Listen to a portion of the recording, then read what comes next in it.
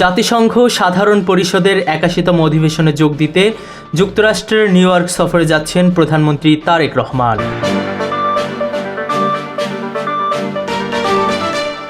জাতিসংঘ সাধারণ পরিষদের ৮১তম অধিবেশনে যোগ দিতে আগামী ২১শে সেপ্টেম্বর যুক্তরাষ্ট্রের নিউ ইয়র্ক সফরে যাচ্ছেন প্রধানমন্ত্রী তারেক রহমান।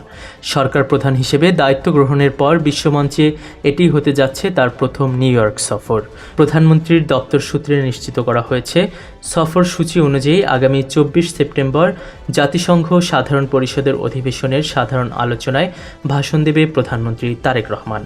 প্রধানমন্ত্রী হিসেবে বিশ্ব নেতাদের উপস্থিতিতে এটি হবে তার প্রথম আনুষ্ঠানিক ও দিক নির্দেশনামূলক ভাষণ। শীর্ষ পর্যায়ের এই সফরকে কেন্দ্র করে সরকারের কূটনৈতিক ও প্রশাসনিক মহলে ইতোমধ্যে সব ধরনের প্রস্তুতি জোরদার করা হয়েছে। কূটনৈতিক বিশ্লেষকরা বলছেন, জাতিসংঘের এবারের ৮১তম অধিবেশনটি বাংলাদেশের জন্য অত্যন্ত গৌরব ও বিশেষ তাৎপর্যের সৃষ্টি করছে। কারণ আন্তর্জাতিক বিশ্বসভার ৮১তম অধিবেশনে সভাপতিত্ব করবেন সাধারণ পরিষদের নবনির্বাচিত সভাপতি ও বাংলাদেশ পররাষ্ট্রমন্ত্রী doctor Khalilur Rahman. New York অবস্থানকালে প্রধানমন্ত্রী তারেক রহমানের রয়েছে বেশ কয়েকটি গুরুত্বপূর্ণ কূটনৈতিক কর্মসূচি। জাতিসংঘে ভাষণ দেওয়ার পাশাপাশি তিনি মার্কিন প্রেসিডেন্ট ডোনাল্ড ট্রাম্প কর্তৃক আয়োজিত বিশেষ সংবর্ধনা অনুষ্ঠানে অংশ নেবেন। এছাড়াও অধিবেশনের ফাঁকে বিশ্ব নেতাদের সমাগমে বেশ কয়েকটি দেশের সরকার প্রধানের সাথে প্রধানমন্ত্রীর দ্বিপাক্ষিক ও গুরুত্বপূর্ণ কয়েকটি দেশের সাইডলাইন বৈঠকের জোরালো সম্ভাবনা রয়েছে।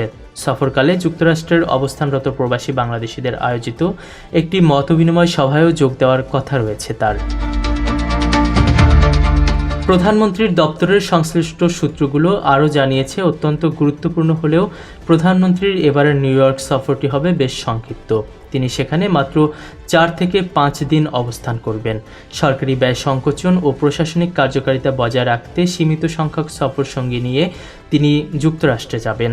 জানা গেছে, তার বহরে সদস্য সংখ্যা ৩৫ জনের বেশি হচ্ছে না। সব কর্মসূচি সম্পন্ন করে আগামী ২৫ অথবা ২৬ সেপ্টেম্বর প্রধানমন্ত্রীর দেশের উদ্দেশ্যে নিউ ইয়র্ক ত্যাগ করার কথা রয়েছে।